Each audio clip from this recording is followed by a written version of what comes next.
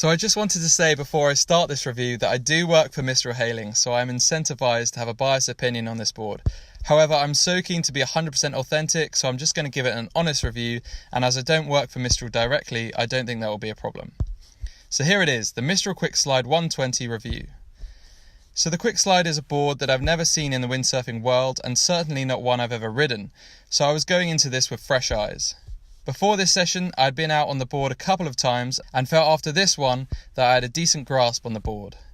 Mistral only do one type of board, and this is one of only 4 sizes, so in terms of being competitive in the world of modern windsurfing, they're lacking slightly. However, the discipline that they've targeted is freeride, so in theory they will hit a broad audience of windsurfers, and in my mind that's around 60% of the industry, the freeriders who simply want to blast up and down, jibing at each end. It has a pretty basic shape and is very obviously a freeride board in terms of its design, but what does that really mean?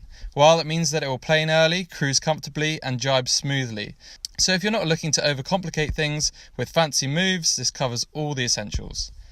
In this session in Chichester Harbour, it was a northerly wind and I was using a 7-metre sail. The board really held the sail size very comfortably and for a 120 seemed ideal. The board has a decent rocker, and for me I found the board so easy to get onto the plane, and it did feel very buoyant, which really got me up and out of the water smoothly and effortlessly. I personally hate when a board seems sluggish or uncomfortable to get onto the plane. A lot of that stuff is really down to technique, but when you have a board that's making your life simple, it's certainly a bonus. I now want to take a moment to talk about this board's top end speed. I'll tell you what, I was actually pleasantly surprised by this board. Realistically, I wasn't expecting much, but it really did go like a rocket once I was locked in and riding the fin. I'm 85 kg, so I could really hold it down. However, I can imagine holding it down can be pretty tricky for a lighter rider. The level of comfort at this speed was also surprisingly good. I must say that compared to something like the Severn Fox, it wasn't as fast and not quite as comfortable, but was definitely up there. I'd also add that holding the board down in the big gusts, sort of 25 knots plus, was tricky, and the wind can definitely get underneath the board, causing some discomfort. Let's talk about jibing.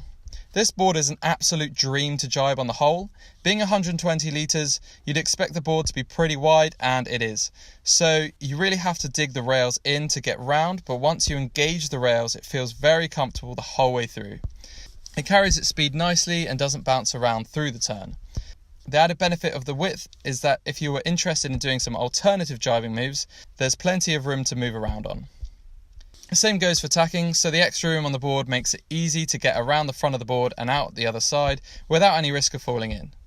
The last thing to say about this board is how comfortable the foot straps were. I don't know if it's because I've only ever used straps that were pretty worn away, and these straps were fairly new, but blimey, it was like putting on a pair of slippers.